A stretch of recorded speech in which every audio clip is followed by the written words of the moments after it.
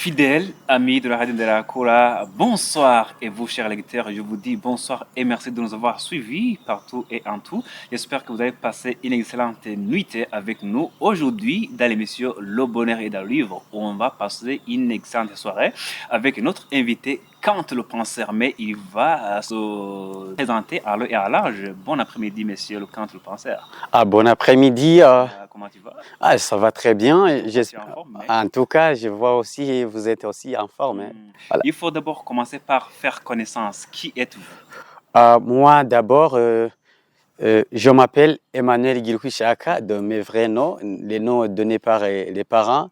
Je suis un artiste et poète et slammer. Je suis connu sous le nom de scène des Kant et les penseurs. Kant le penseur. Voilà. Aujourd'hui, c'est un immense plaisir de t'avoir accueilli au Radio de la Cola. C'est un plaisir pour moi. Aussi, c'est un plaisir à ma faveur. Aujourd'hui, Kant le penseur, tu vas nous faire un bref résumé de quel livre? Aujourd'hui, je vous ai préparé un livre qui s'intitule Les trois petits sireurs, écrit par un certain Francis Bébé. Les trois petits sireurs écrits par Francis Bébé. Est-ce que quand tu penses dans quelle année tu as commencé à t'intéresser à la lecture?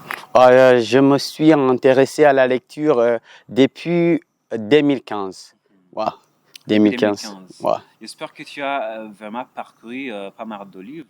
En tout cas, j'ai essayé dans ma carrière. Ok.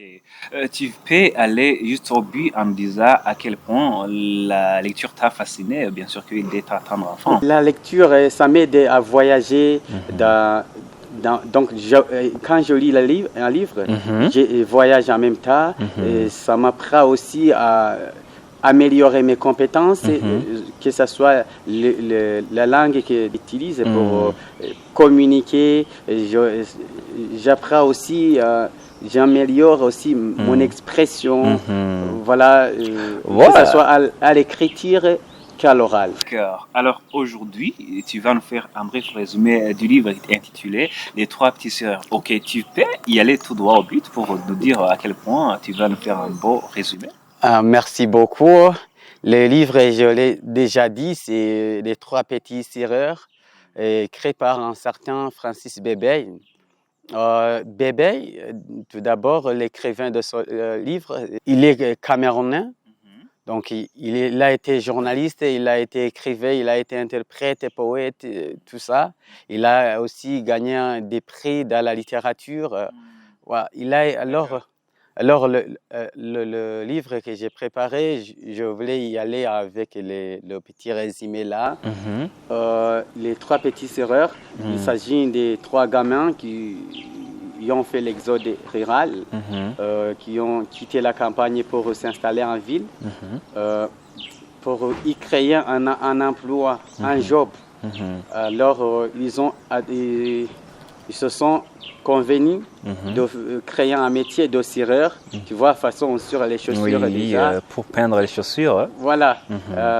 Alors, c'était quoi la convention? On cirait l'un dans son côté, l'autre dans son côté, mais à la fin, le soir, on se rassemblait pour partager l'argent en trois parties égales. Donc, sans compter qui va apporter la part. Voilà, c'est ça. On dit que même un économiste qui sort de l'Occident, il n'arrivait pas à démontrer ou à expliquer la relation qui existait entre ces trois gamins.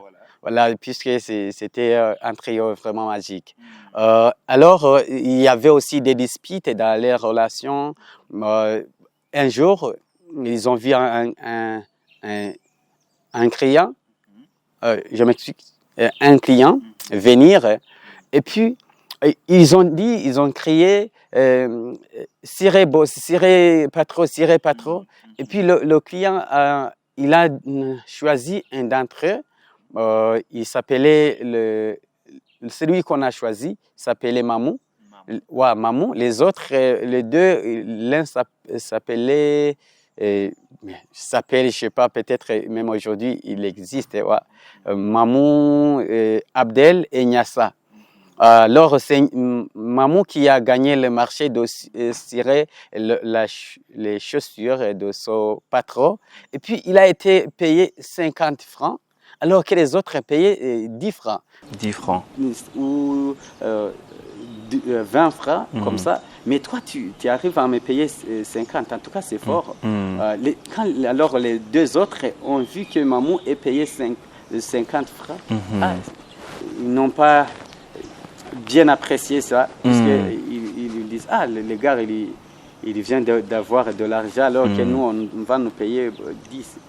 Ouais, alors tu viens de décliner un beau résumé, vraiment très fort soignant, mais dans lequel on peut aussi tirer les personnages principaux qui s'y trouvent. Quels sont ces personnages principaux? Les personnes, Mamou et Nyassa et les Abdel, ces trois petits sireurs. Mais le boss aussi, il est parmi les personnes principales, mais aussi t'es pas son nom. Et voilà. Quelle est la relation qui s'établit entre ces trois personnages que tu viens d'évoquer? Avant, ils étaient à la campagne. Ils se sont retrouvés en ville. Ils ne se connaissent pas quand ils étaient à la campagne, mais ils se sont trouvés tous en ville. Puis, ils ont dit créer un job.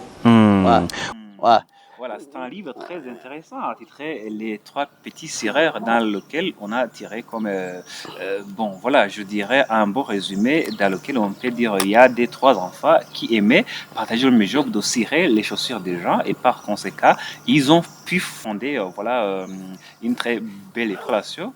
Et quand le penseur, sans trop tarder, j'aimerais aussi que tu nous fasses aussi une leçon morale. Une leçon morale qui existe, que j'ai trouvée dans ce livre, c'est que il y a quelque chose que je n'ai pas bien cité dans ce livre, c'est que au Cameroun, il s'est frappé le chômage. Donc, les trois petits sireurs ont essayé de survivre en créant un job eux-mêmes. Donc, la leçon morale, c'est que il faut faire la lecture. Il faut faire la lecture pour pouvoir savoir, est-ce que dans d'autres pays, quand il y a le chômage, on se débrouille comment? Par exemple, ici à Bujumbura, oui, avant l'année passée, j'avais entendu quelqu'un cirer les chaussures aussi, mais ça n'a pas duré. Mais aujourd'hui, quelqu'un qui peut commencer à faire ce métier. Par exemple, tu t'installes devant le club du lac Tanganyika. En tout cas, tu vas cirer beaucoup de chaussures. En tout cas, ouais. Mais on peut te payer même en dollars. Voilà, c'est la leçon morale. Pour dire qu'il ne faut pas négliger le job. Pour gagner de la vie, il faut toujours s'intéresser au petit job afin de pouvoir avoir une vie en rose. Parce que lorsque tu négliges, je dirais, les petits jobs, tu ne vas pas avoir la confiance en toi de dire, je vais résister afin de pouvoir gagner une belle vie. Parce que ceux qui sont riches aujourd'hui ont commencé par des petits jobs et puis ils ont fini par devenir riches. Donc, j'espère aussi ceux qui nous suivent à la radio de la Kura peuvent aussi garder la leçon morale de ne pas négliger le jeu. Parce qu'on aime bien le dire, il n'y a pas de son métier, il n'y a que de son gens. Mais en tout cas, une autre chose, c'est que l'union fait la force. Si chacun cherchait pour lui, en tout cas, peut-être que l'un d'entre eux allait manquer quoi manger. Mais ensemble, quand on partageait les soirs, en tout cas, chacun devrait gagner quelque chose. C'est pourquoi il faut se mettre ensemble dans des coopératives pour donc essayer de profiter sur les chances des autres.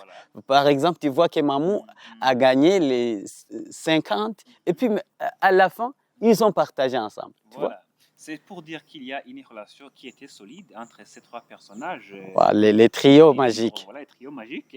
Dans le livre titré Les trois petits sireurs. Dans ce livre, tu as pu évoquer la fraternité qui s'était établie entre ces trois personnages. Mais moi, j'ai une question qui reste toujours gravée dans ma mémoire. Alors, quand le penseur... Après avoir vu que tu as contemplé le monde à travers la lecture, quels sont les conseils que tu peux adresser aussi à l'endroit des jeunes bondés qui ne s'intéressent jamais à la lecture?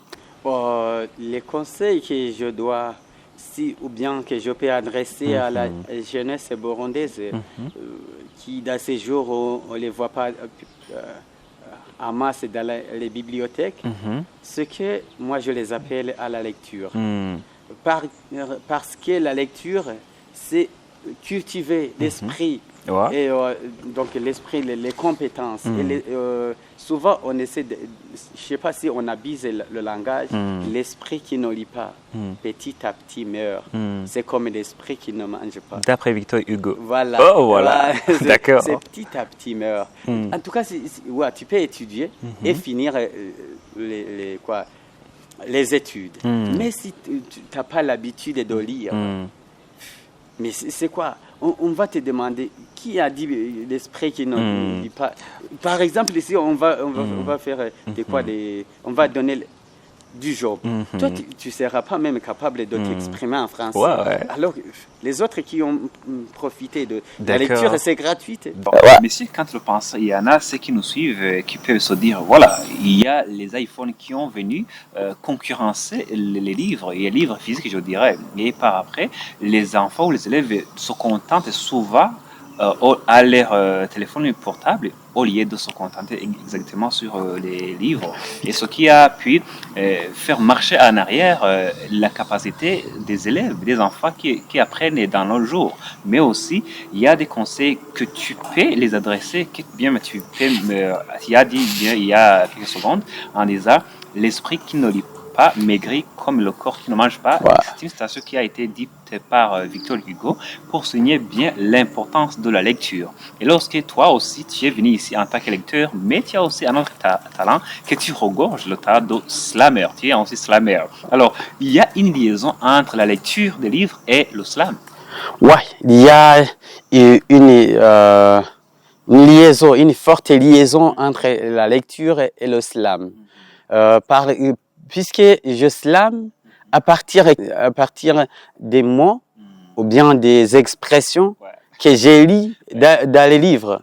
Ce sont ces expressions-là, puisque je crée rien. Oui, il y a les néologistes qui essaient de créer les mots. Voilà.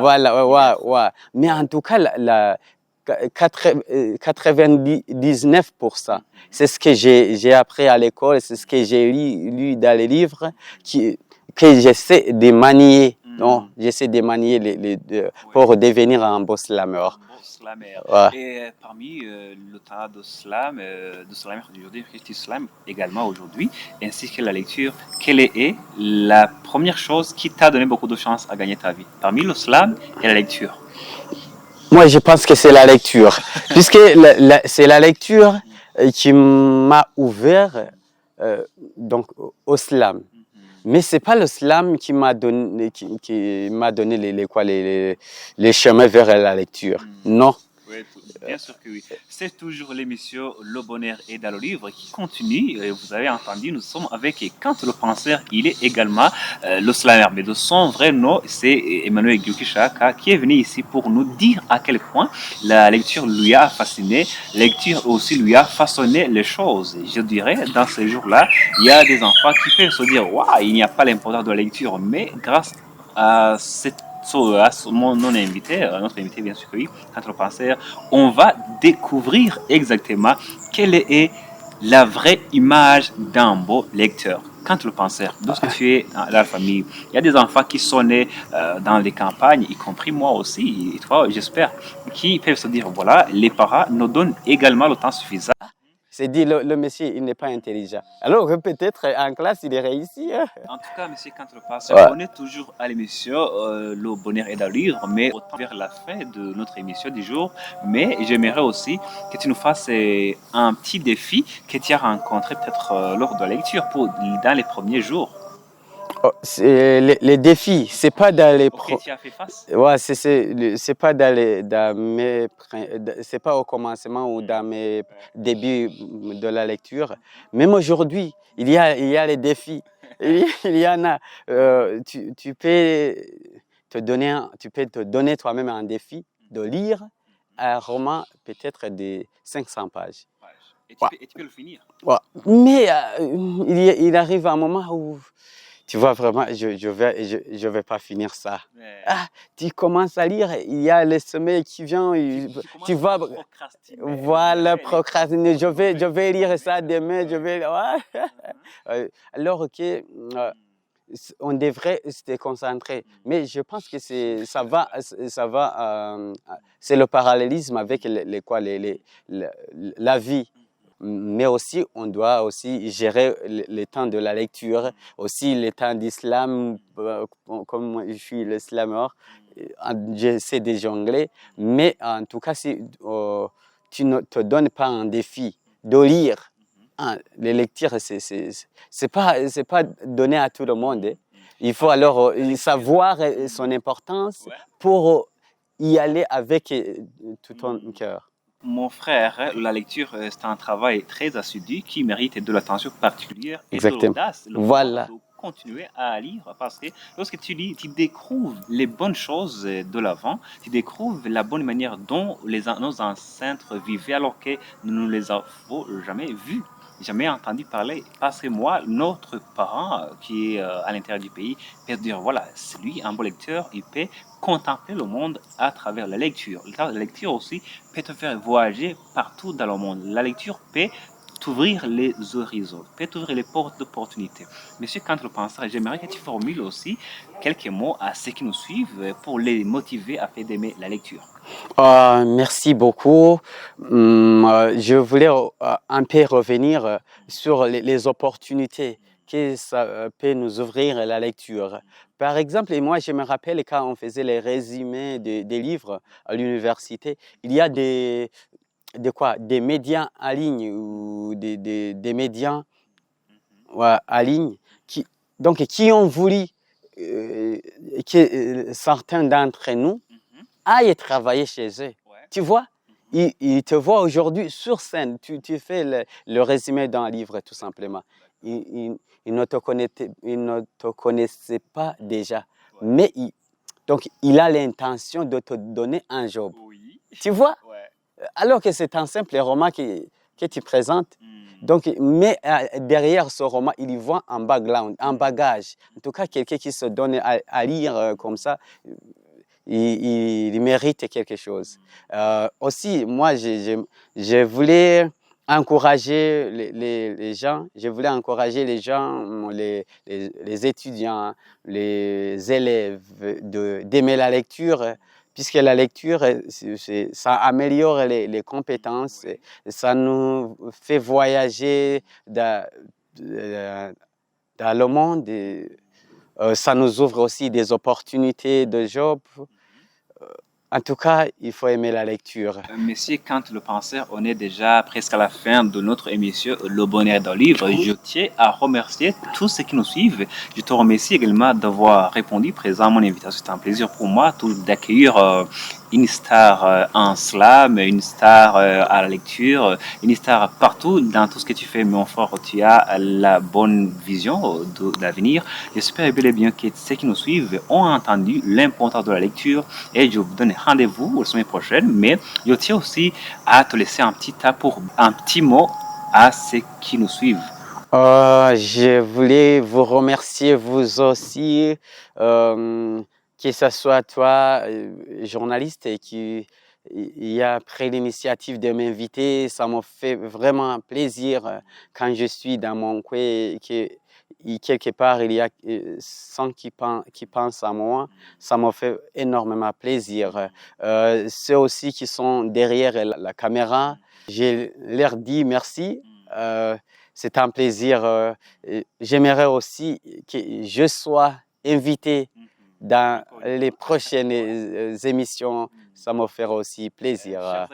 Et aussi, je voulais aussi remercier ceux qui nous suivent sur la radio Ndela Gakula. Amis de la radio de la Coura, je tiens à vous dire merci. Derrière la caméra, c'était Claude Habarugira et Charles Guimana. C'est toujours un plaisir pour moi d'avoir les confrères en tant que vous. Un plaisir d'avoir des téléspectateurs de la radio de la Coura. Ça nous fait également plaisir. Je vous dis merci encore une fois. C'était Audace Boukenza de l'émission Le Bonheur et de l'Olive.